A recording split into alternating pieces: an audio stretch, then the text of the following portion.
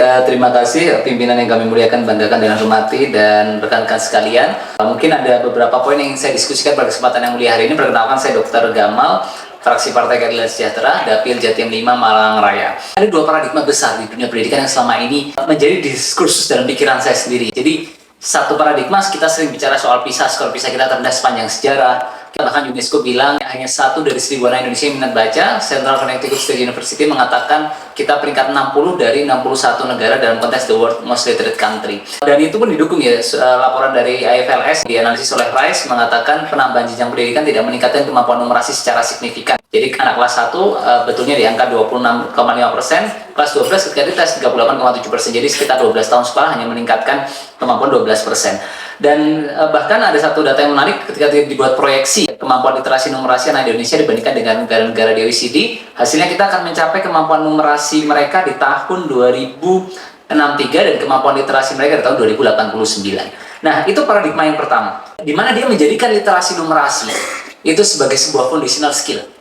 Tapi di banyak literasi yang saya baca, itu punya pandangan yang berbeda. Jadi mereka berpikir begini, math is essential, but not sufficient. Dan mereka mengkritik bahwa kita selama ini menyempitkan, seolah-olah education itu fokus pada STEM ya. Dan akhirnya dikejawantahkan dalam literasi numerasi tersebut. Padahal paradigma lain menganggap anak-anak kecil misalkan, itu tidak boleh diforsir berpikir secara abstrak, karena bisa mengganggu kemampuan kognitif mereka.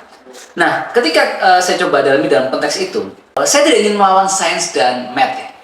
Tapi kita memahami itu penting tapi tidak cukup. Dan satu paradigma yang berlawanan, yang kontra dengan paradigma literasi numerasi sebagai sebuah foundational skill yang harus menjadi orientasi atau prioritas, itu berpikir bahwa pendidikan itu harus memberikan keseimbangan berat yang merata antara kemampuan literasi numerasi tadi dengan arts ya.